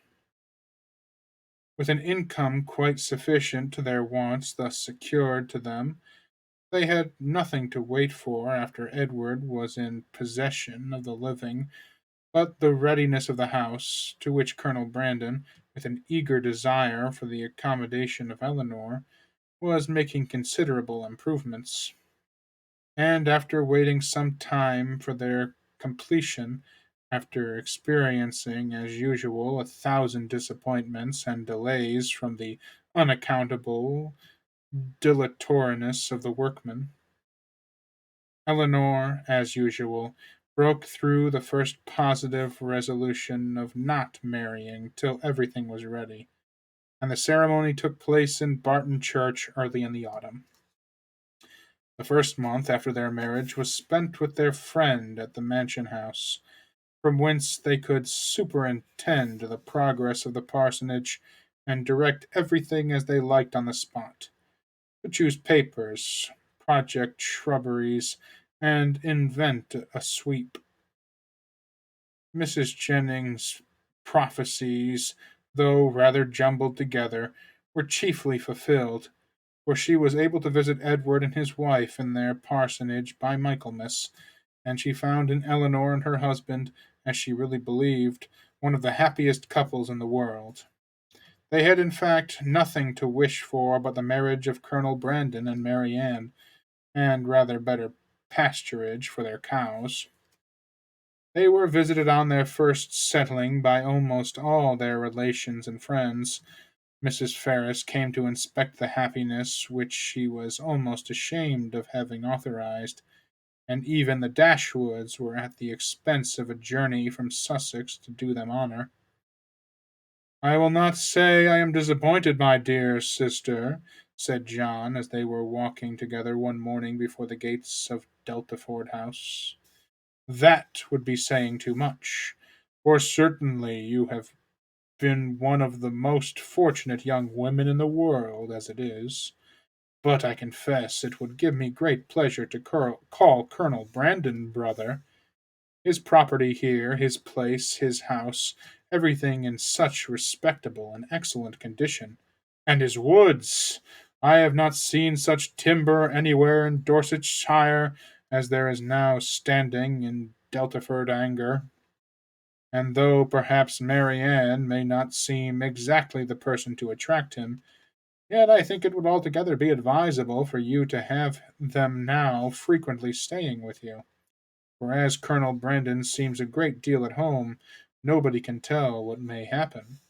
For when people are much thrown together and see little of anybody else, and it will always be in your power to set her off to advantage, and so forth. In short, you may as well give her a chance. You understand me?" But though Mrs. Ferrars did come to see them, and always treated them with the make believe of decent affection, they were never insulted by her real favor and preference. That was due to the folly of Robert and the cunning of his wife, and it was earned by them before many months had passed away. The selfish sagacity of the latter, which had the first drawn Robert into the scrape, was the principal instrument of his deliverance from it. For her respectful humility, assiduous attention, and endless flatteries, as soon as the smallest opening was given for their exercise, reconciled Mrs. Ferris to his choice, and re-established him completely in her favor. The whole of Lucy's behavior in the affair, and the prosperity which crowned it, therefore, may be held forth as a most encouraging instance of what an earnest and unceasing attention to self-interest, however its progress may be uh, apparently obstructed, will do in securing every advantage of fortune, with no other sacrifice than that of time and conscience. When Robert first sought her acquaintance and privately visited her at Bartlett's Building, it was only with the view imputed to him by his brother. He merely meant to persuade her to give up the engagement, and as there could be nothing to overcome but the affection of both, he naturally expected that one or two interviews would settle the matter. In that point, however, and that only, he erred, for though Lucy soon gave him hopes that his eloquence would convince her in time, another visit, another conversation, was always wanted to produce this conviction. Some doubts always lingered in her mind when they parted, which could only be removed by another half-hour's discourse with him. His attendance was by this means secured, and the rest followed in course.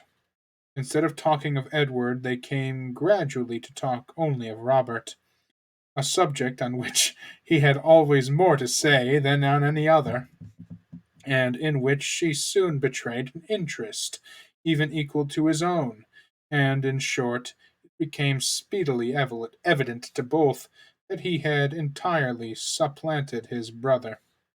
He was proud of his conquest, proud of tricking Edward, and very proud of marrying privately without his mother's consent. What immediately followed is known. They passed some months in great happiness at Dawlish, where she had many relations and old acquaintances to cut, and he drew several plans for magnificent cottages, and from thence, returning to town, procured the forgiveness of Mrs. Ferrars by the simple expedient of asking it, which, at Lucy's instigation, was adopted. The forgiveness at first, indeed, as was reasonable, comprehended only Robert, and Lucy, who had owed his mother no duty, and therefore could have transgressed none, still remained some weeks longer unpardoned. But perseverance and humility of conduct and messages is in self condemnation for Robert's offense, and gratitude for the unkindness she was treated with, procured her in time the haughty notice which overcame her by its graciousness, and led soon afterwards by rapid degrees to the highest state of affection and influence. Lucy became as necessary to Mrs. Ferris as either Robert or Fanny, and while Edward was never cordially forgiven for having once intended to marry her, and Eleanor, though superior to her in fortune and birth, was spoken of as an intruder, she was in everything considered, and always openly acknowledged to be a favorite child. They settled in town, received very liberal assistance from Mrs. Ferrars, were on the best terms imaginable with the Dashwoods, and setting aside the jealousies and ill will continually subsiding between Fanny and Lucy, in which their husbands of course took a part, as well as the frequent domestic disagreements between Robert and Lucy themselves, nothing could exceed the harmony in which they all lived together. What Edward had done to forfeit the right of eldest son might have puzzled many people to find out, and what Robert had done to succeed to it might have puzzled them still more.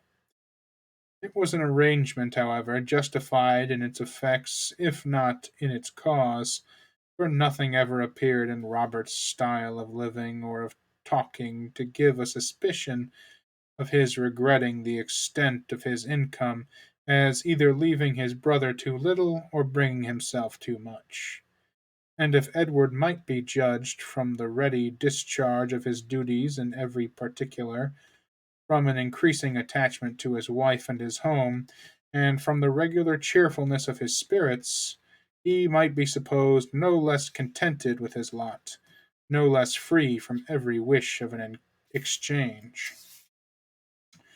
Eleanor's marriage divided her as little from her family as could well be contrived without rendering the cottage at Barton entirely useless, for her mother and sisters spent much more than half their time with her. Mrs. Dashwood was acting on motives of policy as well as pleasure in the frequency of her visits at Delaford, for her wish of bringing Marianne and Colonel Brandon together were hardly less earnest, though rather more liberal than what John had expressed. It was now her darling object. Precious as was the company of her daughter to her, she desired nothing so much as to give up its constant enjoyment to her valued friend. And to see Marianne settled at the mansion house was equally the wish of Edward and Eleanor. They each felt his sorrow and his obligations, and Marianne, by general consent, was to be the reward of all. With such a confederacy against her, and a knowledge so intimate of his goodness, with the conviction of his fond attachment to herself, which at last, though long after it was observable to everybody else, burst on her, what could she do? Marianne Dashwood was born to an extraordinary fate. She was born to discover the falsehood of her own opinions, and to counteract by her conduct her most favorable maxims. She was born to overcome an affection formed so late in life as at 17, and with no sentiment superior to strong esteem and lively friendship, voluntarily to give her hand to another, and that man a man who had suffered no less than herself under the event of a former attachment, whom 2 years before she had considered too old to be married, and who still sought the constitutional safeguard of a flannel waistcoat. But so it was. Instead of falling a sacrifice to an irresistible passion, as once she had fondly flattered herself with expecting, instead of remaining even forever with her mother and finding her only pleasures in retirement and study, as afterwards, in her more calm and sober judgment, she had determined on, she found herself at 19 submitting to new attachments, entering on new duties, placed in a new home, a wife, the mistress of a family, and the patroness of a village. Colonel Brandon was now as happy as all those who best loved him believed he deserved to be. In Marianne he was consoled for every past affliction. Her regard and her society restored his mind to animation, and his spirits to cheerfulness. And that Marianne found her own happiness in forming his was equally the persuasion and delight of each observing friend. Marianne could never love by halves, and her whole heart became, in time, as much devoted to her husband as it had once been to Willoughby. Willoughby could not hear of her marriage without a pang, and his punishment was soon afterwards complete in the voluntary forgiveness of Mrs. Smith, who, by stating his marriage with a woman of character as the source of her clemency, gave him reason for believing that had he behaved with honour towards Marianne, he might at once have been happy and rich. That his repentance of misconduct, which thus brought its own punishment, was sincere, need not be doubted, nor that he long thought of Colonel Brandon with envy and of Marianne with regret, but that he was forever inconsolable, that he fled from society, or contracted an habitual gloom of temper, or died of a broken heart, must not be depended on, for he did neither. He lived to exert and frequently to enjoy himself. His wife was not always out of humor, nor his home always uncomfortable, and in his breed of horses and dogs, and in sporting of every kind, he found no inconsiderable degree of domestic felicity. For Marianne, however, in spite of his incivility and surviving her loss, he always retained that decided regard which interested him in everything that befell her, and made her his secret standard of perfection in women. And many a rising beauty would be slighted by him in after days as bearing no comparison with Mrs. Brandon. Mrs. Dashwood was prudent enough to remain at the cottage without attempting a removal to Delaford, and fortunate for Sir John and Mrs. Jennings, when Marianne was taken from them, Margaret had reached an age highly suitable for dancing, and not very ineligible for being supposed to have a lover. Between Barton and Delaford there was that constant communication which strong family affection would naturally dictate, and among the merits and happiness of Eleanor and Marianne, let it not be ranked as the least considerable, that though sisters and living almost within sight of each other, they could live without disagreement between themselves, or producing coolness between their husbands. The end. Happily ever after. Happily married. What did I tell you? I knew they were going to be married. Even Margaret was hinted at to be. Now she's just starting over from the beginning. Now she's the one that Mrs. Jennings can. I really like the characters in that. I'm gonna miss Marianne and Eleanor and Mrs. Jennings and Sir John, even Willoughby. I'm gonna miss them now that they're trapped within this book that I could reread at any point, and probably will. Well, that was Sense and Sensibility. We're done. I know Jane Austen isn't everybody's cup of tea, and I know quite a lot of people like it quite a bit, like her quite a bit too. Me personally, I enjoyed that story immensely. I found it very funny, and I liked the characters quite a bit within it. Um, I think everybody on Twitch is asleep, but that's okay. In the remember to rate the video, comment the video, and subscribe. See you next time. For real.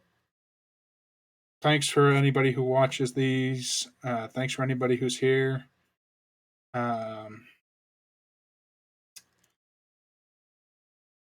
See you next time, or there will be a next time. As for what we're reading next, guess you'll just have to wait and see. Uh, if you had a time machine, you would know. But since you're not a time traveler, you don't. So, Mr. Beast, it's getting late. We have finished Sense and Sensibility. Finally free from Jane Austen. You're probably thinking to yourself, the next book we're reading, of course, Pride and Prejudice by Jane Austen. See you all next time.